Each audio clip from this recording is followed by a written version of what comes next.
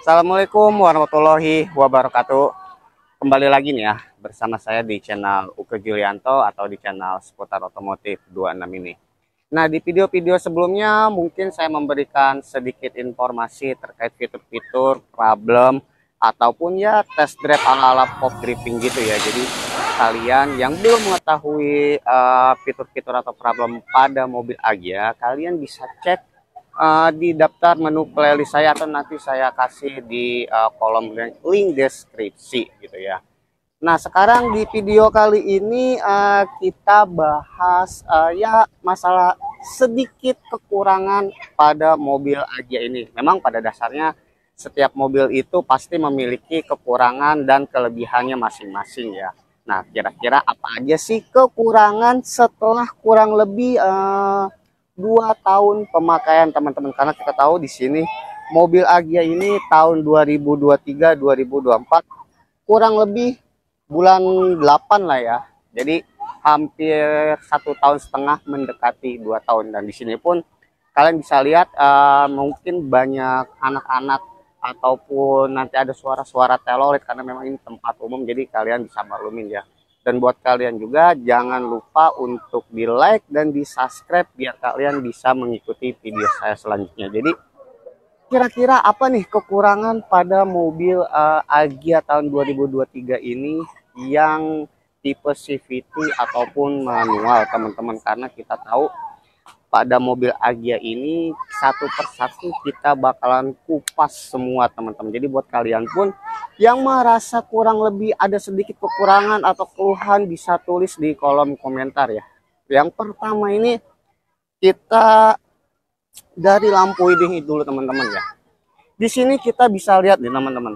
Lampu Agya ini dia LED multi reflektor ya, tetapi untuk lampu LED ini mungkin penerangannya ini agak sedikit kurang kalau menurut saya, apalagi kalau misalkan habis hujan ya. Jadi penerangan lampu LED ini beda dengan lampu pada umumnya yang warna kekuning-kuningan. Dan juga sebetulnya lampu DRL ini dia hanya untuk pemanis aja sih. Jadi dia ini memang beda dengan lampu yang diberikan dengan lampu fog lamp. Jadi ada lampu tembus kabutnya. Tapi kalau lampu DRL ini dia hanya sebagai pemanis aja. Jadi nggak begitu terang juga. Dan untuk lampu LED ini kalau misalkan putus salah satunya gitu ya, kalian harus mengganti satu set kurang lebih di bengkel resmi ini gitu teman-teman.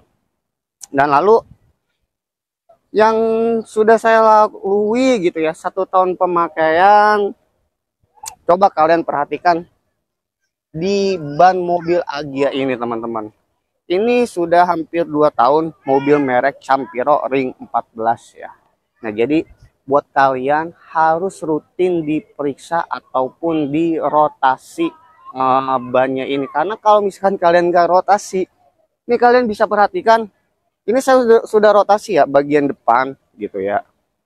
Nih, ini yang sebelumnya ini untuk bagian depan dia sudah retak-retak teman-teman. Jadi buat kalian harus segera merotasi ban depan ke belakang, ban belakang ke depan. Kalau misalkan kagak nanti habisnya ini dia itu nggak merata teman-teman. Dan untuk servis untuk sekelas Toyota ini untuk mobil LCGC memang saya melihat di grup-grup komunitas ya mungkin banyak yang mengeluhkan terlalu mahal untuk biaya jasa perawatannya.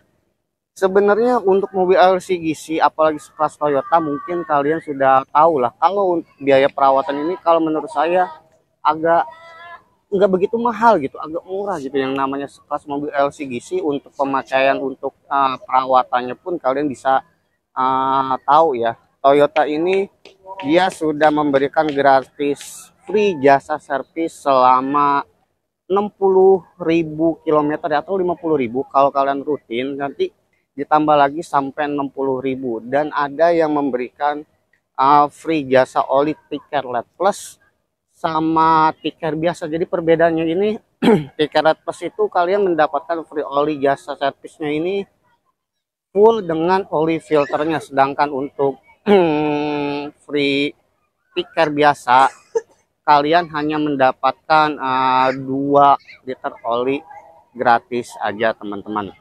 Dan untuk banyak yang bilang 3 silinder ini getar, kita bakalan hidupin aja coba teman-teman ya.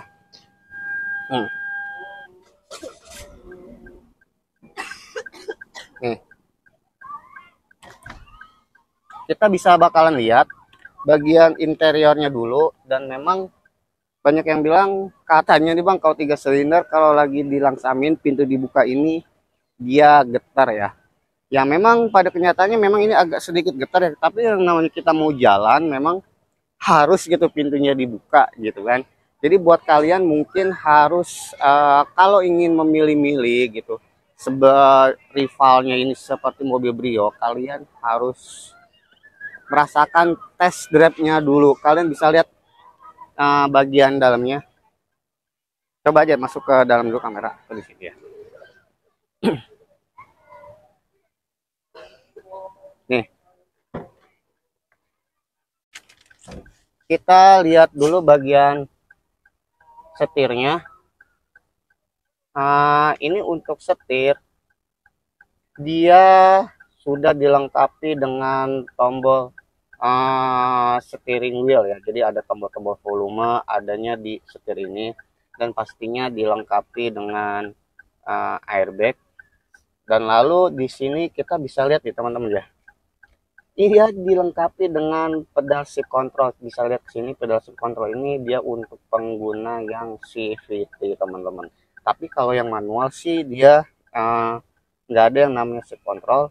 Lalu untuk tombol AC dia sudah digital ya, jadi dia ini nggak putar-putar.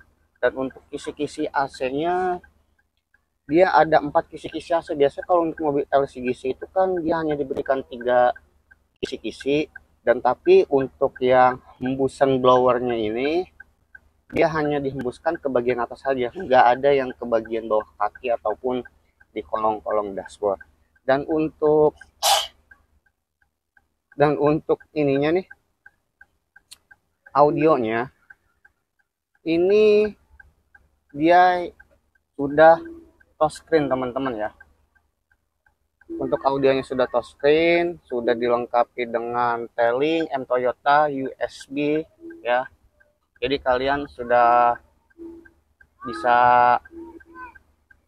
setel-setel musik video melalui OTG seperti yang saya lakuin ini ya. Saya pakai OTG, pakai flash disk gitu ya.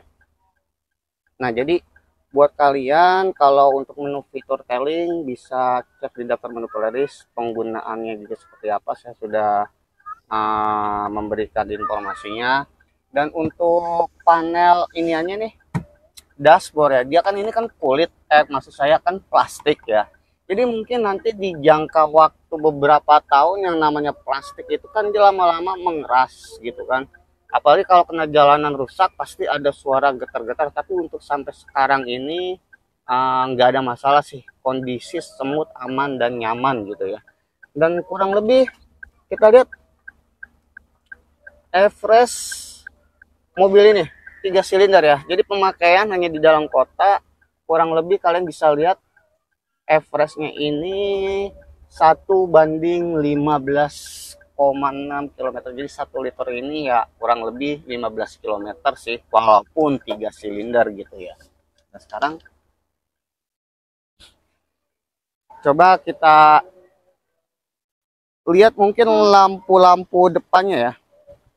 Mungkin yang agak sedikit risih sih kalau menurut gua lampu depan teman-teman. Memang untuk lampu si Agya ini yang walaupun katanya sudah LED, kalau menurut gue sih kurang begitu terang walaupun sudah disetel ya. Jadi buat kalian pun coba aja dulu setel, barangkali ketinggian atau kependekan nanti caranya mungkin saya taruh di link deskripsi juga, atau bisa dicek di daftar menu playlist. Dan buat kalian juga yang belum mengerti cara pengoperasian pedal shift control, mungkin bisa dilihat lagi. Saya sudah memberikan ala-ala pop drifting gitu ya. Sekarang kita lihat mesin 3 silinder ini teman-teman. Kita lihat mesin 3 silinder ya. Dan ini pun mobilnya belum gue cuci ya. Nah,